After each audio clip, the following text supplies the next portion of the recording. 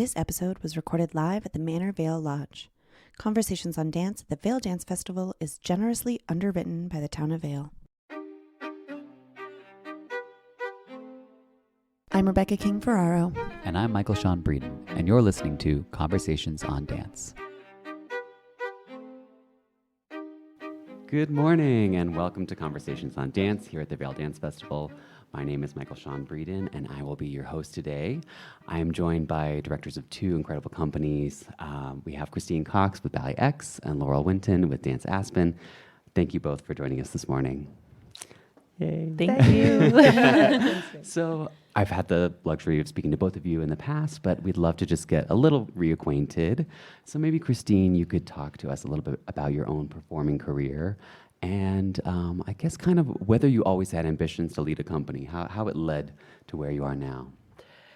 Thank you. It's wonderful to be here. I started dancing professionally when I was 17 years old. I was a student at the School of the Pennsylvania Ballet, and I started at age 10. And I studied for 7 years, and around senior year in high school, I decided either I make it as a professional or I go to college, and I wasn't going to give myself much time to kind of float, because I had watched some friends of mine floating, and I was lucky enough to get a job with Ballet Met in Columbus, Ohio. I really wanted to be in the Pennsylvania Ballet, so that was really devastating, but it's good to have those moments in your journey. And I think it was really important for me to start my career with John McFall. He was a principal dancer with San Francisco Ballet. He loved new works, and so we did a lot of new works at Ballet Met. And I remember moments in the studio realizing that I was a part of something that had never been seen before. I did not have an ambition to run a dance company. I just had an ambition to dance. I loved dancing. When I was done dancing work, after 8 hours of dancing, I would go out to clubs dancing. You know, it was like I couldn't get enough of dancing. I was just like, oh, I'm free. I'd be in the club dancing by myself. So it was really just in my DNA. And 5 years with Ballet Met, a couple months with Ballet Hispanico, which was fantastic. Got to perform for the President of the United States and go to World's Fair in Spain. And then a little bit of time in American Repertory Ballet. And then I got into the Pennsylvania Ballet and spent 13 years there. So it was, quite a journey. Yeah. How do you think that having those alternate experiences have aided your role now versus if you'd just been at Pennsylvania Ballet your whole career? I don't even know if I would have been a director if I had only been at the Pennsylvania Ballet. The emphasis on new work wasn't really there. We were lucky to do 1 or 2 new ballets a year. I think it was that first company, that spirit of adventure. John was really quite a passionate leader and really just instilled this sense of adventure that I carried through in my career. Right. Laura, let's hear a little bit about your own dancing past. Yes, it's interesting because Christine and our paths have crossed several times in our careers, and you and I as well. So I started at San Francisco Ballet. That's where I grew up. That's where I trained, and it was my dream to dance at San Francisco Ballet. But what ended up happening is I got a job with Pennsylvania Ballet 2 when I was 17. So I took that opportunity and moved to Philly. And after that year, I got a job with the Joffrey Ballet in Chicago. So that was my first big, company job. I was a full company artist. I moved to Chicago, had a wonderful, wonderful couple years there. And then I got an offer to play Penny on the national tour of Dirty Dancing. So completely 180 switch. I took a break from the classical dance world, and I moved to New York and got on a Broadway tour. And that introduced me to a plethora of new people, new approaches to dancing. We were performing 8 times a week. I was doing scenes and talking, and I was having the best time of my life. And I said, I'm never going back to a dance company. I'm going to be on Broadway. And so I moved to New York from there, and I did a little bit of Broadway and TV and film. And then I started to really miss dance, like real concert dance, being in a company, being, being in a group, training every day, I really missed that. So I had an opportunity to actually guest with Ballet X. And so I went back to Philly, totally different me, way more, I still had that classical base, but way more contemporary, and I felt way more comfortable in my own skin from performing so much. I had a wonderful time at Ballet X. And, I said, wow, this is somewhere where I think I could really stay.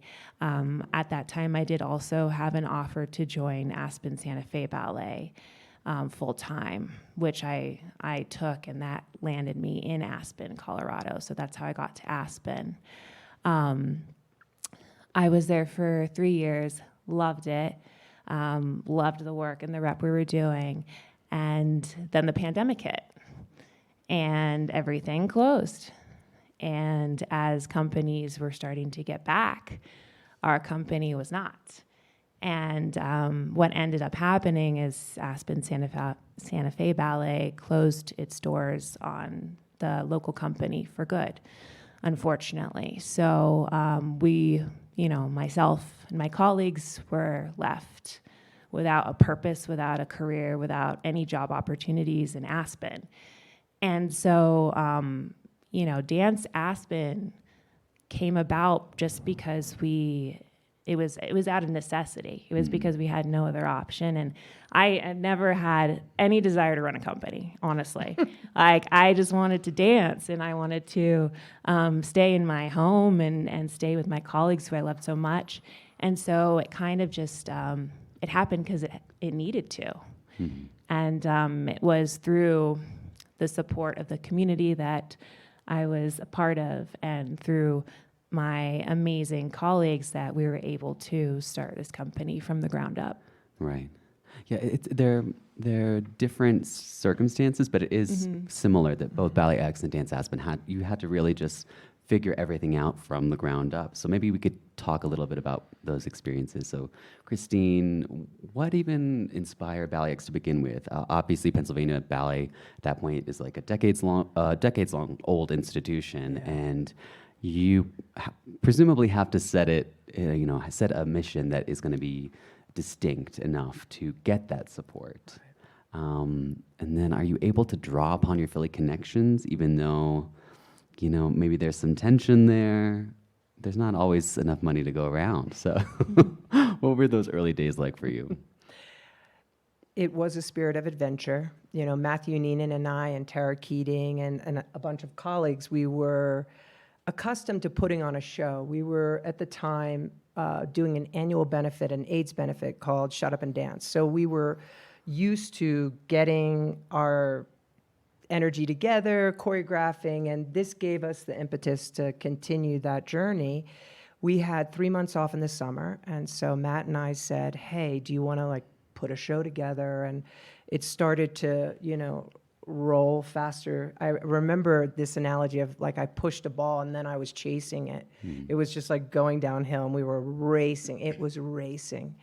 I said, do you want to just do this summer gig? Let's bring our friends together. Let's keep it simple. Let's call it Ballet X. Ballet was our heart and soul. It was what we trained in every day. It was really our passion. And the X was everything new. It was exploring, experimenting, expressing. How could we take ballet forward into the future and put our own little stamp on it? And we were wacky kids. I mean, we were, 30-something, just sky's the limit, and did some crazy things that we might not do now.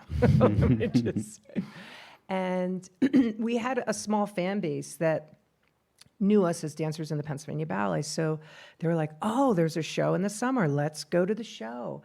And, basically Philadelphia shut down in the summer. So there was this hungry network of people who wanted to do cultural events, and we would sell out. And thankfully, we had such a gracious director, Roy Kaiser, who is Russell Kaiser's brother, who is the associate artistic director here at the Vail Dance Festival, Russell Kaiser. Roy was easy about it. He didn't feel threatened. He would lend us costumes. He would lend us, sets if we needed, little things. That was really so gracious. And I remember going back into our work year, our season started in September, and this freedom that just, I felt so light. I felt so like I could just be such a different employee dancer with the Pennsylvania Ballet because there was this huge outlet that was so fulfilling. So when I approached my work in the fall, I was just like, I think everyone was like, phew, Christine looks really happy. It just was, being a professional ballet dancer, it's challenging. Every 6 weeks, your casting goes up, this like judgment of where you're going and how you're doing is placed on you. And so it can be quite a roller coaster. So I felt like I had extra straps on for the roller coaster, and I was like, okay, I got this. This is easy now. Yeah. So Laurel, your version of Ground Up is a little different because you're starting with, you have the dancers that you want, your family is there, but presumably some of the other things like funding or where you're going to rehearse every day, that's what you're kind of putting together in the beginning. Right. Yes, we started with absolutely nothing. I took $2,000 of my own savings because that's the minimum amount of money that you need a business account for. So I opened up a business account with $2,000.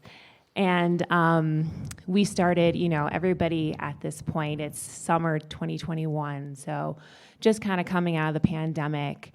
A lot of the dancers had serving jobs, retail jobs, something to pay the bills, so we had to work around everybody's schedules.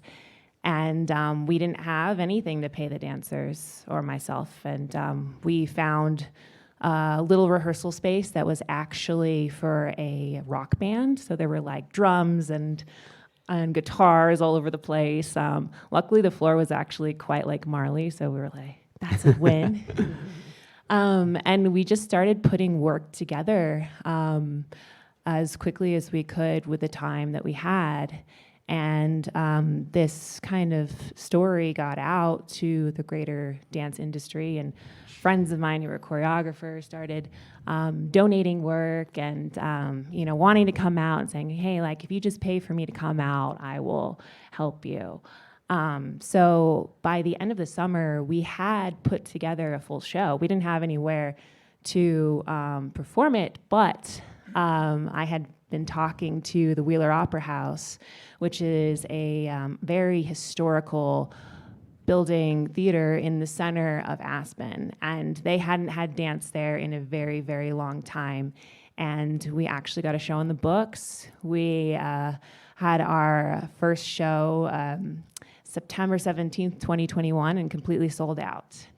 And after that, we did a paddle raise in the audience, and we raised $140,000 after that. And so I went back to the dancers. I paid them. I paid myself. I took those choreographers who donated their work, two of which were Danielle Rowe and Penny Saunders, and paid them for brand new commissions the following winter. So we just we got started because the community was so hungry. I think there was hunger in the community for what we were doing, and there was that support that was just ready to be there. And the way that we grew is we kept collaborating with other organizations, whether it was Aspen Art Museum or the Jerome Hotel. These are iconic institutions in Aspen. And that's kind of how we gained followers and support, and it expanded our own idea of what we could be. And so we became this very collaborative, young, innovative group that was constantly generating work. And I think in the past 2 years, we have generated 21 pieces, 13 of which were new commissions for Dance Aspen, and we've raised about $1.3 million. Yeah, that's just so impressive for such a short amount of time. I'm wondering, have your ideas for the company or goals started to shift as you're moving away from just this survival mode of, day to day, how are we going to get through? Yeah, definitely. I mean, it's hard to get out of that survival mode because you always think, you're like, you always wonder, is this going to continue? Is this, are people going to keep supporting us and keep liking what we're doing? And it's so early on, like anything could happen, So I definitely still I still feel like I'm in survival mode, but I think the change is when you start projecting 6 months to a year in advance, thinking, okay, where do we want to go? What do we want to do? What do we want to accomplish in 6 months? Which choreographers do we want to bring in? What artists do we want to hire? All that stuff, that kind of bigger picture, instead of just looking, 2 feet in front of you, just trying to get to the next step, just trying to do the hand-to-mouth lifestyle. That's the exciting part for me, is the dreams. Right. Yeah. So, Christine, you can really zoom out and see the long arc of Ballet X now. It's almost 20 years old. I'm curious, are there ways that the company is now that you would not have predicted in 2005? How different is Ballet X from what you might have thought in 2005 it would be almost 20 years later? I didn't know that we would be here 20 years later. That was really, I wasn't a dreamer. I was really a doer. So to be here continuing, now I can see the future and it takes time to have that confidence that it's going to keep moving forward. And so through the years, I've really built that and a sense of the future. And I'm really excited. And my hope is that this is a company that'll be here well beyond my lifetime, and it'll be something that will stay dedicated to the vision and mission, which is really to produce original choreography. And, we're now growing, which is really exciting. For maybe 17 years, we were 10 dancers. We're now moving to 14 dancers. We've just, I have a staff of 11. We've just hired a rehearsal director because Tara Keating has been associate artistic director, locked in the studio. And we're doing so many projects that I really need her by my side to help me coordinate and plan all the different artists that we're working with. So in our 18 years, it's been 121 world premiere choreographies by 70 different choreographers. So that alone, each piece is its own puzzle that you're trying to navigate and build and produce. So I'm excited because I really want to build and continue to build this company that impacts artists and dancers and is a resource for people to come and realize their dreams. So whether it is through dancing and all the opportunities to work with choreographers, or it's a choreographer to say, I've been thinking about this project forever. Do you think you could help me produce it? And so now I'm able to have conversations with really established choreographers and say, hey, let's dream 2-3 years out. And really just give them the opportunity to think, oh, it's a blank canvas. What do you want to do? And not worry, can we make it happen? We're building the confidence to say, we can make this happen. Right. And now we're not only, for years we've been the resident dance company of the Wilma Theater. Coming out of the pandemic, we produced our first show in 2021 at the Mann Center for the Performing Arts, which is a 4,000-seat outdoor venue. So that presents this incredible opportunity to really give back to the community. And we donated 2,000 tickets this past spring, and we're really trying to expand. Philadelphia is a really diverse community. We're really trying to touch everybody, as many people as we can, to bring ballet into their life, at least one little moment. So if they're asked, have you ever seen a dance performance, they can raise their hand and say, yes, I have, and it was Ballet X. Right. So the company has such a focus on new works, but at this point you have legacy repertoire. Yes, yeah. So I'm wondering how you're balancing those goals. You have a legacy to tend to, but you are also trying to constantly push artists with new creations, both choreographers and dancers, as you've mentioned. Yeah. So what's that balance like for you? It's exciting to have this portfolio of repertory to say, okay, our goal is to take an audience on a journey and be really calculated in how we do that. So whether it's like this is going to be a little bit more intentional, it's pushing classical music with really physical dance. And then we know this is a little bit more lighthearted and we can give the audience some breathing room, and we're playing with the storyline. And then we finish with a wham bam punch, and it's like, whoa, they're, sitting on the edge of their seat. So we really try to curate programming that takes an audience on a journey, and so that you're not feeling like you're seeing the same piece. We try to change up timing so it's not 3 pieces all the time. You'll see 3 pieces on Sunday, but if you're coming, but we just really try to mix it up and surprise ourselves and the audience and the dancers. So we're always experimenting with what we have, where we're going, and what we want to do. Right. So I think that most people have some ideas about what a director does. You hire dancers, you cast them, you raise money, but what are some things that you guys have to do maybe on a daily basis that are really vital that we wouldn't think about as audience members? Well, there's payroll. Fun. Yeah, I mean, we're starting to get a little more administrative support, which is great. So I think it's also just there's a lot of little things like checking in about how the artists are doing, making sure everyone's happy, and they're if they have any problems, they can come to you for them, and making sure that you can solve those problems for them. Also bringing in new choreographers, making sure their travel day is in a line, and flights can get delayed, especially coming into Aspen in these mountain towns. So that's always kind of like, I always have to have my eye on that when we have travelers coming in. Also, there's just the day-to-day, trying to connect with the donors that are supporting you, trying to, bring them into rehearsal to have them watch a new creation is really important. And while all that's going on, there's always the planning of an event or a show, or some sort of fundraiser. So it's a lot going on at once. There's a lot of moving parts. Yeah. How about for you, Christine? What are some things we might not think about? Relationships, communication, as I, continue in this journey, communication is really key.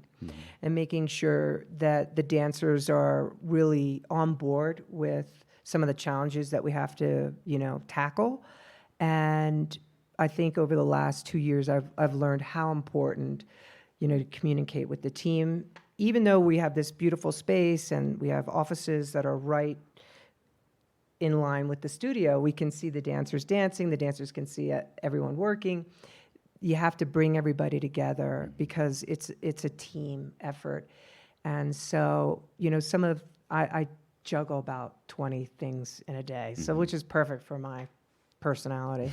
I'll sweep puddles of water, and I'll still roll up my sleeves.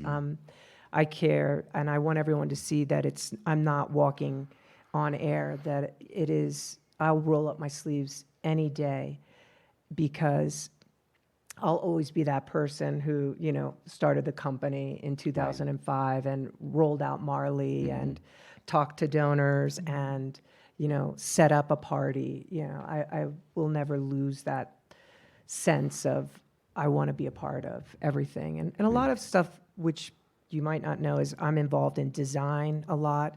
So my creative outlet is really working with the graphic designer. How do we present the company in a way that shows our athleticism, shows our emotion? So I really work almost anal, close in there. I'm like, this you can't see, So I've built a long-standing relationship with our graphic designer because that's really the out-facing image of the company that I like to be a part of.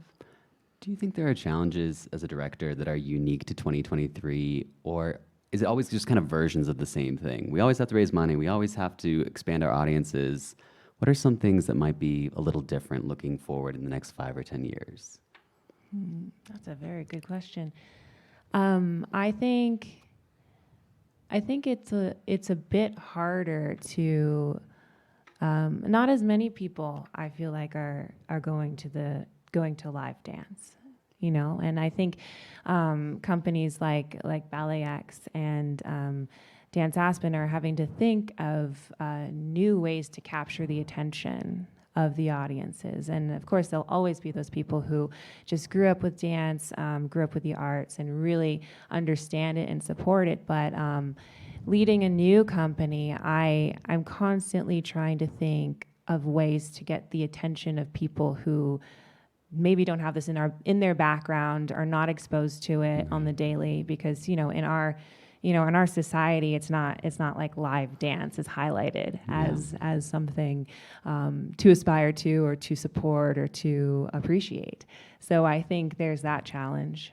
Mm-hmm. Just going back to your own backgrounds and how varied they are, it got me thinking that it's being a director now, the criteria has changed for the better, in that it felt like when I was growing up, basically the only way you would run a company is if you were a star, a principal dancer, presumably with American Ballet Theater or New York City Ballet.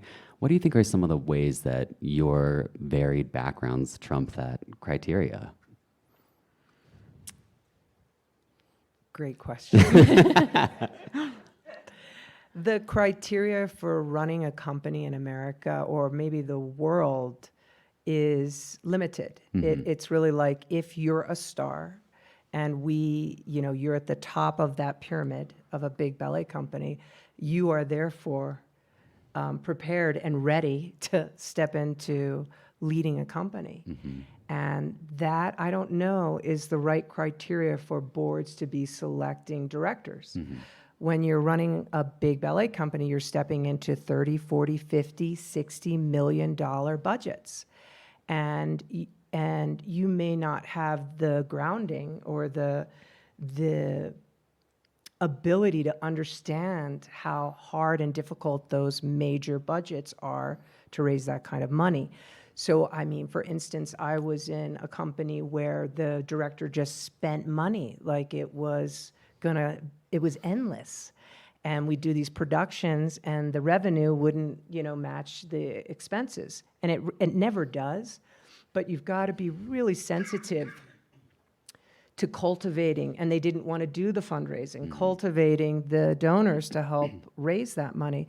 So, but there are success stories for sure. I think, an advantage to really climbing, you're climbing in a company, you're climbing as a director. We were nobody. We had nothing. We started it from nothing.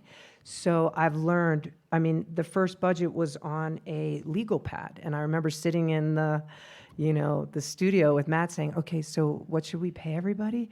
Okay, we'll pay ourselves $50 a day. It was just like we had no clue. And now through time, I've been on a journey of learning how to, and I will continue to learn until I'm not here anymore, how to do this better and better, and how to secure a sense of vision.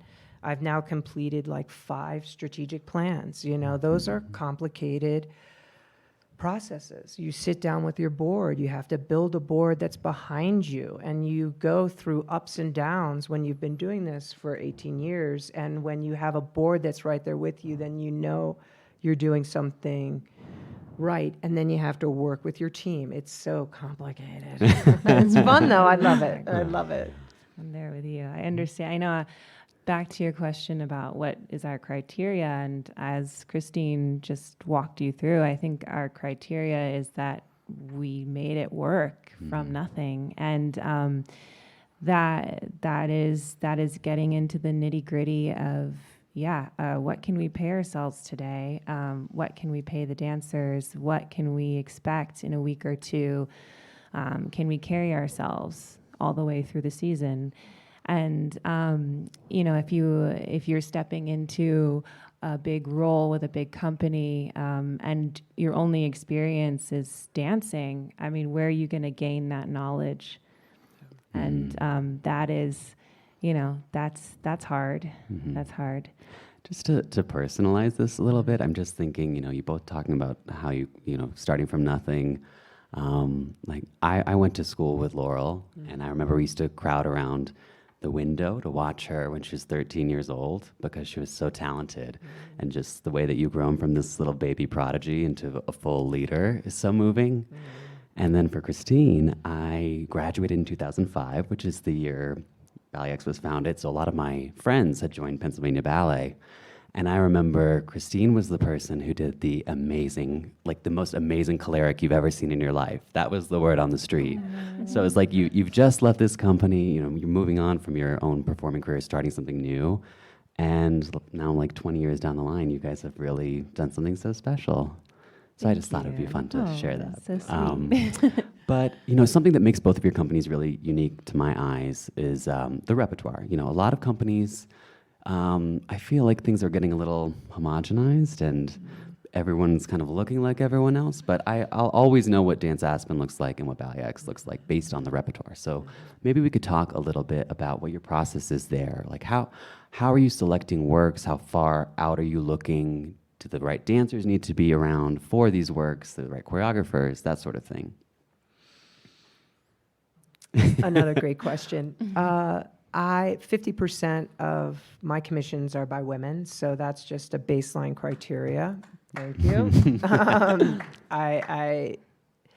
It's so important to support women and to be intentional, because I found that if I don't have that baseline criteria, I'm of the 6 or 8 world premieres, 75% of it is men, when I'm starting to choose, and I start to do this shift, and if I don't have that criteria, then I'll start to get pulled, and I don't even know why, which is another conversation.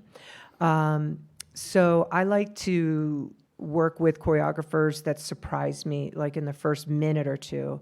I can't predict where they're going to go.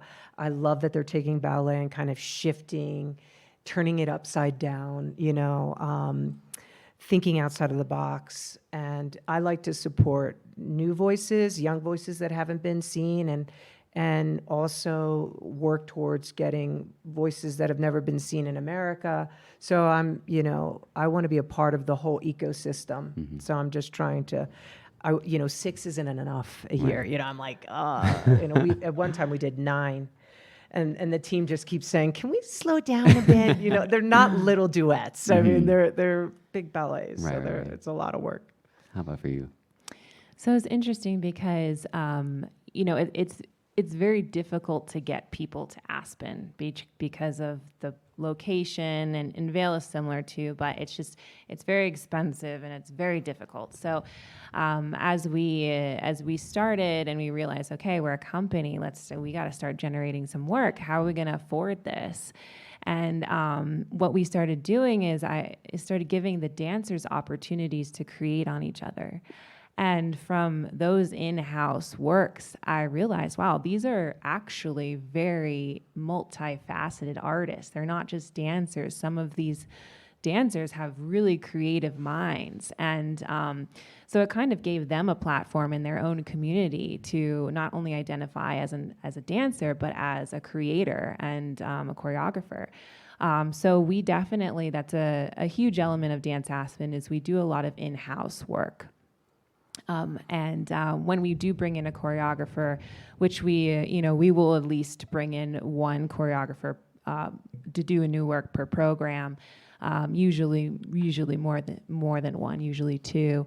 I really think about, I have a very classical base, but I've had a lot of experience with contemporary. So anything that really marries the classicism and the structure with contemporary movement is something that I'm personally drawn to.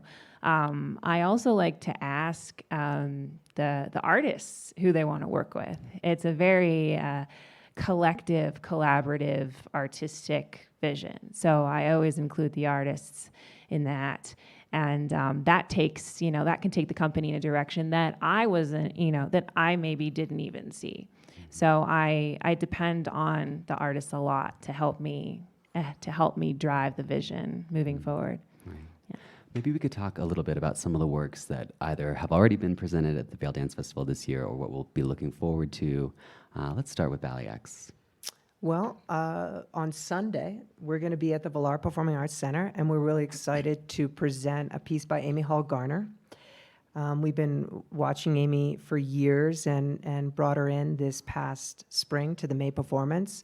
Her piece is called Switching the Groove, and she truly did that. In the first section, it's like we give you classical ballet, and then by the end, they're pumping their hips and just moving and grooving, and it's just fun. It's just beautiful exploration of movement. Her journey as a dancer, you can see in a choreographer coming through and her choices. Then we're presenting Kylie Kwan, who was a dancer with Ballet X for 8 years. She was also the resident artist last year at the Vail Dance Festival. She started choreographing while in the company. We're presenting her Love Letter, which is a love letter to her home, Guam. And we presented aspects of this work in our films that we did. We did 27 films during the pandemic and worked with like 20 choreographers around the world in order to keep the company going. And then we'll close the program with Justin Peck's Become a Mountain. I fell in love with this piece. Damien Wetzel commissioned it for the Juilliard School. And I had gone up to see Kylie's piece for the project. It's the freshmen, sophomores, junior. And I'm sitting there in the final piece, which was the senior class, and I'm on the edge of my seat, and I'm crying and laughing at the same time. And so I'm like, this is it. So, so excited to work with Justin and these beautiful artists and bring a really eclectic program. And then we're presenting a world premiere by Jamar Roberts. Damien Wetzel brought us together a couple years ago, and we've fallen in love. We're totally in love with Jamar. He's now made this will be his third piece on the company. Jamar was a 20-year veteran dancer with Alvin Ailey. He was also recently resident choreographer of Alvin Ailey.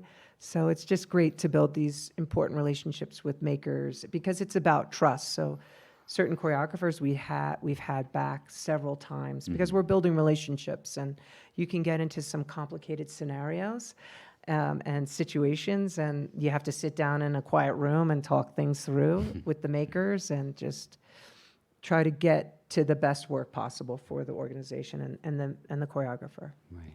Laurel, how about Dance Aspen? So we're really excited this year because we're going to be a part of the Now premieres, August 7th. That's Monday, I believe, yes. And we're bringing a new creation by Matthew Neenan, which, as you know, is very close to Christine and co-creator of Ballet X. So there's another connection there. And it's actually being co-commissioned by Vail Valley Foundation and Damien Wetzel, so that was an honor for us to achieve. And Matt Neenan Matt Neenan and I go way back because of my experience at Pennsylvania Ballet, and I did a work of his when I was 17 at CPYB. And so it was really fun to bring him full circle to Aspen to create this work on the artists, and I'm really happy with it. It's so dynamic, uses the dancer's technique, but also contemporary movement. It's quirky, it's fun. I think the audience is going to love it, and I'm excited to see everybody up on the Ford Amphitheater stage. For sure. Yeah. We all love Maddie. Yeah. So. But I think actually we now have time to take some questions from the audience, and we will bring a mic out to you so that we get that sound. Hi. We first saw Ballet X here in, I guess, 2014, and we saw Slump, and we loved it. And thereafter, we followed the company to some degree. And I remember one time when the company was coming to the Joyce Theater, which I think you do pretty regularly, right? And we were trying to get people to go to it. And I was trying to come up with, like, what's the elevator pitch? You know, what is the description of the aesthetic? Michael said, well, I know what Ballet X looks like. And I think I know what he means, but I don't have a vocabulary. And when you were talking about it before, it sounded very much like, well, we're a blank slate. We want to do what the creators want to do. But obviously, there is an aesthetic. What is it? Because I could say it's ballet-based, and it's got a lot of contemporary, but you could say that about other companies, too. And what is it that, if I wanted to give that pitch, come see Ballet X, because this is what you're going to see? Yeah. Well, we define ourselves as athleticism, emotion, and grace.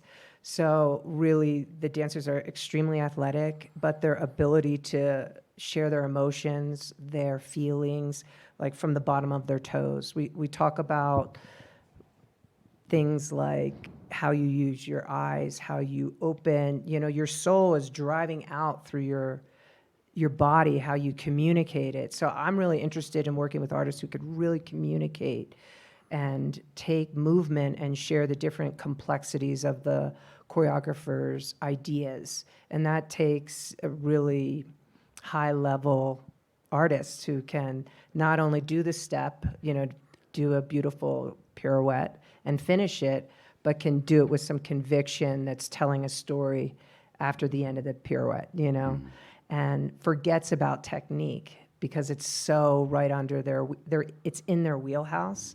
So they're free to just kind of, as if they were running through the, fields, high grass. It's just like dance as if no one's watching. And that ability to express themselves is really interesting to me.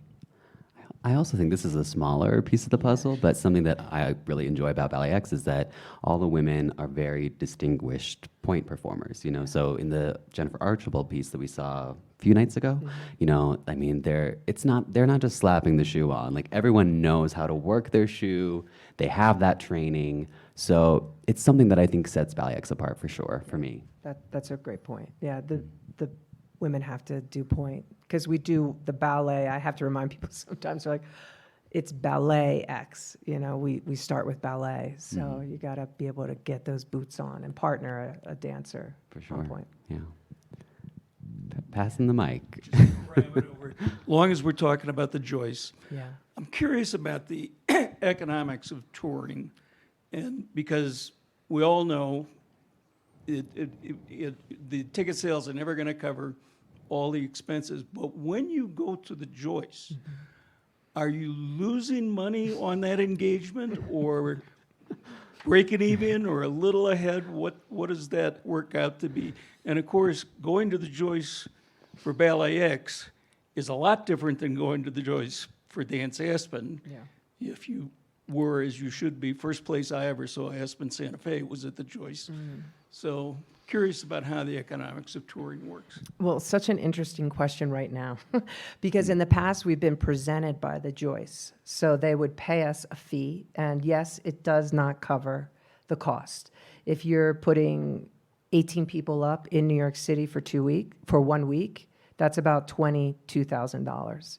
And the fees are just a little bit more than that, so it barely covers the payroll that then doesn't cover the per diem. So then you start to go, which are choices you make. In the beginning, running the company and trying to get it more known, I made choices like, okay, we're going to fundraise. We know we're going to take hits on revenue, but we need to go out into the world. The world needs to see us. And I don't even want to tell you what our first fee was. You don't even want to know. I love the Joyce too much to share that. But now we're presenting ourselves. So because after our strategic plan, we made a decision that we're going to be in New York for the next 3 years, because it's important for Ballet X to show what's happening in our city with the work that we're commissioning, because we're not only a national company, we're a global company. We're working with choreographers all over the world, and it's important that we're in New York City showing the impact that we're having on the field. So it's exciting, but we do have to fundraise to make it possible to rent the theater, to bring the company up there, and we have some great people supporting us to help us do that. We're going to be in New York the last week in September, September 25th to October 1st. What theater? Joyce. That's what Joyce is? Yeah. The Joyce is in New York, so we'll be there. Yeah, it's exciting. Is Dance Aspen going to be touring? Yes, we started touring last summer, and so far we're staying in Colorado because that's, like Christine said, putting someone up, putting the whole company up in New York City, flying everybody there is definitely a challenge. And I do push for being presented because that is definitely more cost effective for us if we're guaranteed a fee. This summer, after we perform here, we're going back to Aspen. We have a program in Aspen, and then we tour to Crested Butte and Lone Tree. First of all, I just want to say bravi to both of you on your startups. I've done several startups, and it takes a lot of perseverance and grit, and that will carry you through life. So, bravi. Laurel, my question is the Aspen Santa Fe Theater. What happened to that? Why did you not go into that theater? So that theater is actually, it's in the Aspen Public School. So it's in the high school. And at the time, it was being renovated. And we were a company of 6 artists. And I saw the Wheeler Opera House, this historical monument in the center of town. And I had always wondered why we never performed there when I was an artist with Aspen Santa Fe Ballet. And I really loved that theater, and I thought, well, why not? Why don't we have shows in town? And so the Wheeler is the theater I approached first, and it just ended up, it became our home, and it's where we perform all of our shows. You know, the high school it's got a great stage, a great space, but it is a different vibe when you walk into, you know, a high school versus you walk into a theater with the velvet curtains and the decorations and just the history that whole building has. I haven't been to Aspen in a while, but I will definitely come see you in great. Aspen. Question about coming to the Villar. Why do you not come to the Villar in the winter? Do you come back to Vail? We performed at the Villar last summer for Vail Dance Festival, so that was outside the festival. Oh, outside the festival. In the winter, why don't you come? Now you have this community that loves dance. Yeah. And by the way, I will say I'm from the New York area. I'm a big supporter of ABT. I go on Wednesday nights, and I go to the theater a lot. And New York it was packed. Mm-hmm. I was shocked at the ballet, how packed it was. Yeah. All 4 tiers, like packed. Yeah. That's great. On Wednesday nights, and theaters, I go on Tuesday nights, packed. So I think the outlook for art is great. I think that, you know, you're not going to have trouble with people coming to your... That's good to hear. To your, I mean, I'm just going by that, Yeah. but Yeah. you know, I just wanted to add that Yeah. in.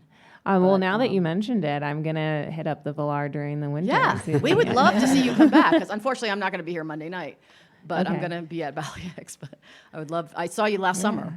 Oh, and great. It Wonderful. was. I was surprised to be so impressed. Yeah, it was thank really, you. really entertaining. Thank and you. I really enjoyed it. Thank you. We So, loved the Villar too. It was beautiful, beautiful. I have theater. one more question. How do you pay your employees? Like you have your full-time staff, and I guess a couple are stars, you know, maybe more coveted. How do you pay them by merit or by how long they've been in the company, or do you have sort of an even, you know, salary range? How does that work? So for Dance Aspen, since we are so young, all the artists are paid the same at this level. And if, you know, there's one artist who is actually also our company manager, and she does our marketing. And so she has an additional pay for that. We have 2 people helping our administration, so they're contractors, and we pay them an admin fee. So we're still relatively small, working off of a relatively small budget, and that's how we've distributed it so far. We're older, so we're past that stage, thank goodness, and it's hard. But we were definitely there. But we're moving to a $4.2 million budget. We have 27 full-time employees. Everyone has health insurance. The dancers are paid in bands depending on their experience. The goal has really been to invest in the artists. I want them to have, I'm not interested in how little can we pay everybody. I'm really focused on how can we get everyone's salary up. It takes time. Of the 49-week contract, 4 weeks are paid vacation, and my goal is to get us, we talked about this a couple weeks ago, a It's couple worth years ago. reiterating. I personally don't know of any other company in America that does that. So maybe round of applause for Christine for that. I've never heard of that. So yeah, we want to get to 52 weeks, and these are top of the line dancers, artists who should be paid well. I grew up, going paycheck to paycheck. So money wasn't ever important to me, but it is important. I want people to feel like they can, pay their grocery bills, and, interest is skyrocketing. So this year, everyone got a 7%, minimum 7% pay increase. So yeah, it's just always been really important to invest in that. And really, when we finished our strategic plan, we are investing in choreography, dancers, Philadelphia, nationally and internationally. And those 4 areas are where we're really going to, put our energy and focus. Mm-hmm. Great. I think we have time for one more. My question is for Laurel. So I'm curious, when Aspen Santa Fe Ballet ceased to exist, were you given access to their donor database? No. Still exists. So they do. Close the company. They exist as an organization. So they had a couple different arms when they were running their local company. They were a presenting company, so they presented other companies coming through Aspen at the district theater, and they also have a school. So they closed their third arm, which was the local dance company. So they exist as an organization. Thank you for the clarification. Well, that's all we have time for. Laurel and Christine, thank you both so much for coming out to talk to me today. And we hope that everyone in the audience will go check out Ballet X and Dance Aspen, not only here at the Vail Dance Festival, but during the year. Thank you all so much. Thank you. Thank you.